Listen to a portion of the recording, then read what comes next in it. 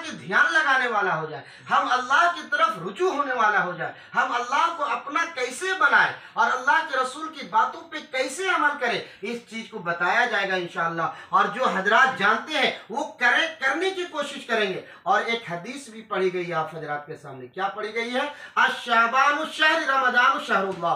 अल्लाह के नबी ने फरमाया कि शाबान मेरा महीना है और रमजान अल्लाह का महीना। किसका महीना है? अल्लाह का महीना है।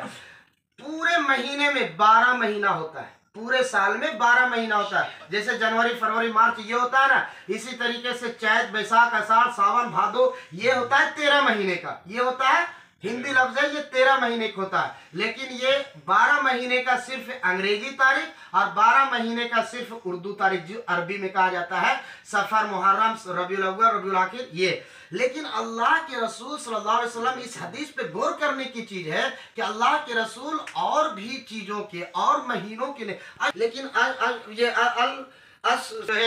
ये महीनों के नाम नहीं लिया। इस महीने के नाम लेने का मकसद क्या है? तो मेरे मोहतरम बुजुर्गार दोस्तों, इस महीने के नाम लेने का मकसद ये है कि शाबान मेरा महीना है और रमजान अल्लाह का महीना है, इस वजह से कि रमजान बहुत अहम इबादत है। रमजान रोजा बहुत अल्लाह ताला कहते हैं, फरमाते हैं कि ये इस वजह से भूखा है कि इसके नबी ने फरमाया कि रोजा रखना बहुत अहम इबादत है, रोजा रखने से अल्लाह के कुर्ब हासिल होता है। देखो ये हमारे कुर्ब हासिल करने के लिए, हमारे नजदीक आने के लिए इसने रोजा रखा, और इसकी जो बदबू है वो बदबू मुश्क अंबर से भी ज्यादा खुशबूदार मुझे महकता है।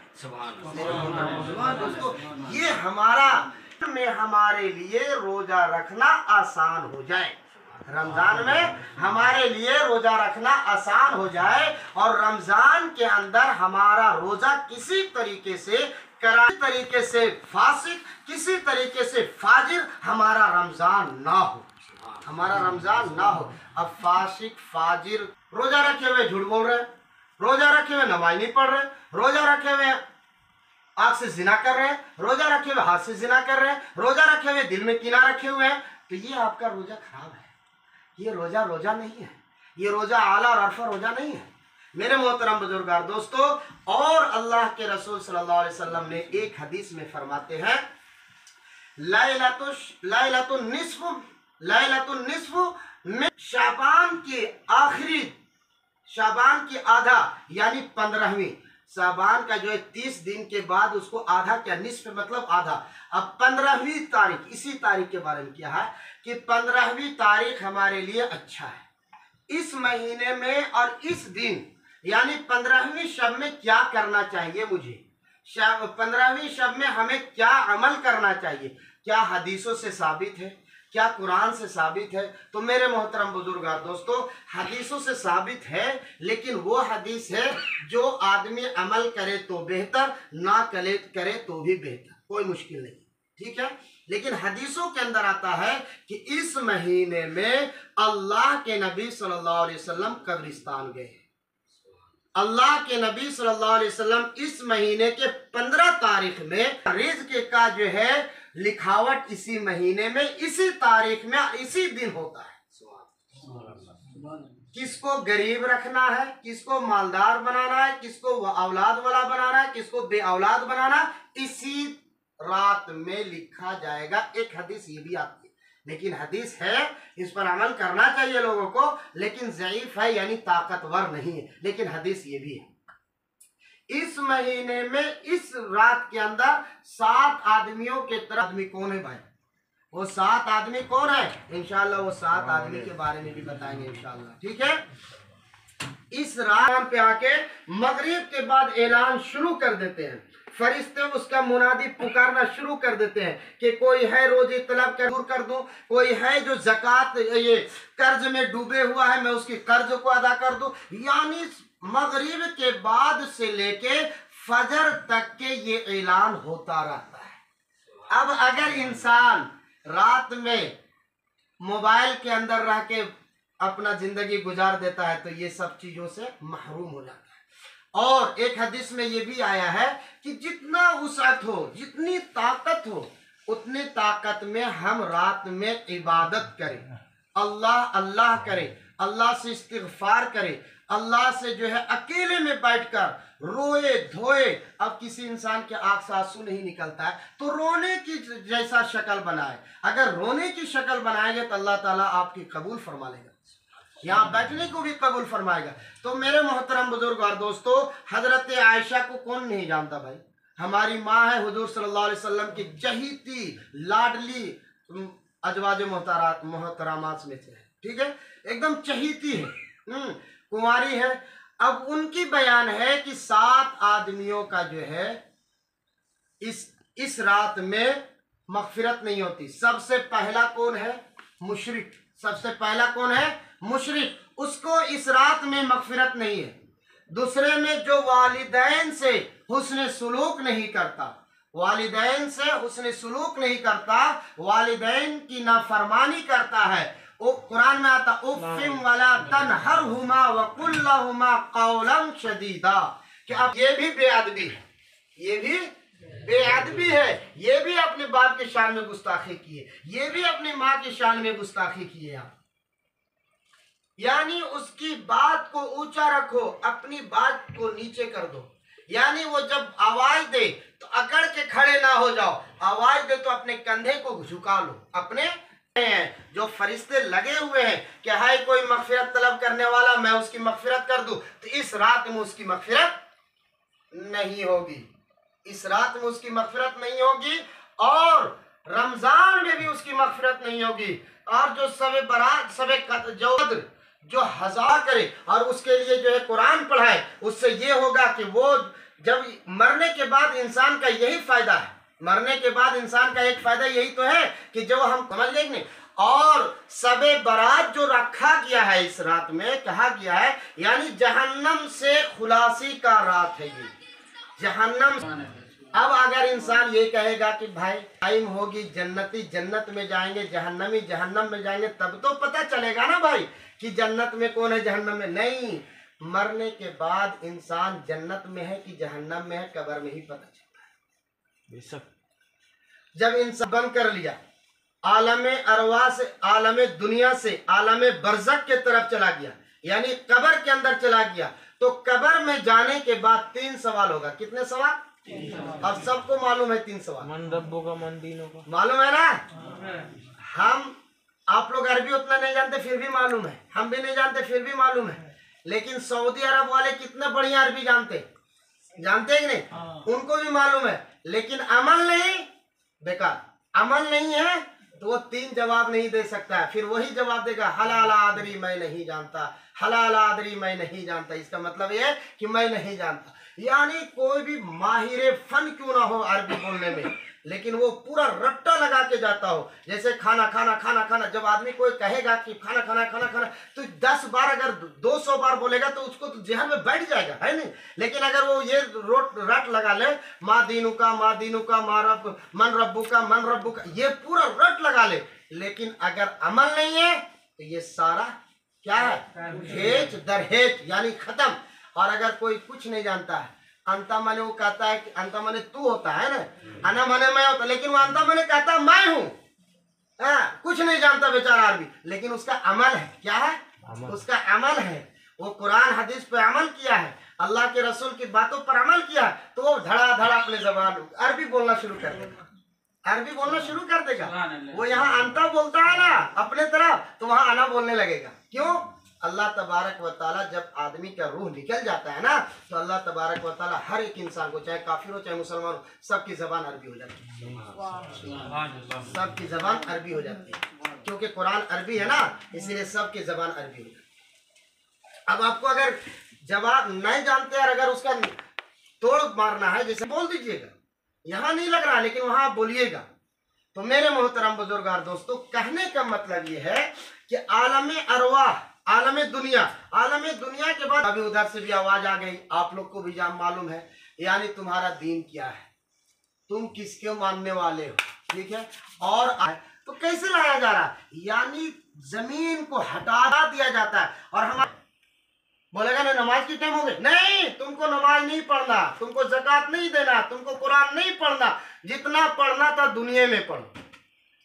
जैसे इंसान मैट्रिक का एग्जाम लिखता है तो मैट्रिक का एग्जाम लिखने से पहले मैट्रिक की तैयारी होती है। तुम जो कर चुके थे दुनिया में वो यहाँ तुम दिखा चुके, यानी जो अगर सही काम किए तभी तो 3 सवाल का जवाब दिए। अब 3 सवाल का जवाब दे चुके हैं, अब आप आराम से सो जाइए कयामत तक।